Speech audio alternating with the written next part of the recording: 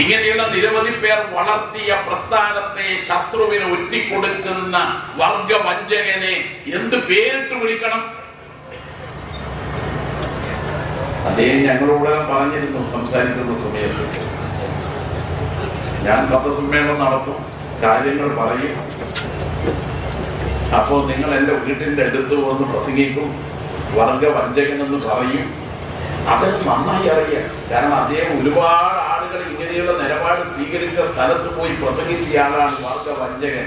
അത് Majeed area secretary കുറച്ച് ദിവസങ്ങൾക്ക് മുമ്പ് തദ്ദേശ തെരഞ്ഞെടുപ്പിന്റെ ഘട്ടത്തിൽ അവിടെ ഒരു സ്ഥലത്തുണ്ടായ അനുഭവത്തെ കുറിച്ച് ജില്ലാ കമ്മിറ്റി യോഗത്തിൽ പറയുകയില്ല.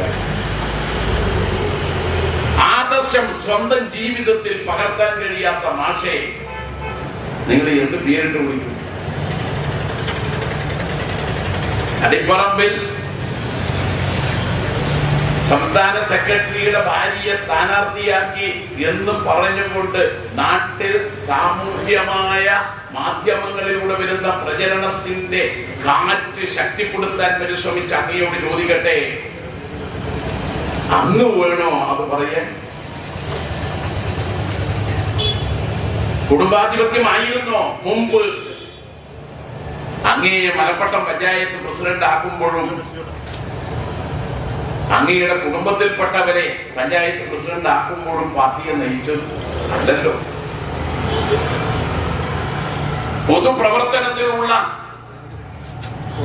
കഴിവും പ്രാപ്തിയുമാണ് അതിശയിപ്പിക്കുന്ന ഉച്ചത്തിൽ പോലീസിനെ പോലും ഞെട്ടിപ്പിച്ചുകൊണ്ട് പോലീസിനെതിരായ പ്രകടനം നടത്തിയതിന്റെ പേരിലല്ലേ ക്രൂരമായി ശ്യാമള ടീച്ചറെയും പി റോസിയെയും പോലീസ് വളഞ്ഞിട്ട് തല്ലിയത്, അന്ന് ആശുപത്രിയിൽ കിടക്കേണ്ടി വന്നത്? കണ്ണൂരിൽ കാസ്റ്റിംഗ് സർക്കാരിന്റെ കാലത്ത് ഒരു യുവജനോത്സവം നടന്നപ്പോൾ അതിൽ പ്രതിഷേധം പ്രകടിപ്പിക്കാൻ എത്തിയ കൂട്ടത്തിൽ ശ്യാമള ടീച്ചറും ഉണ്ടായിരുന്നു. അവിടെയും കിട്ടി മർദ്ദനം.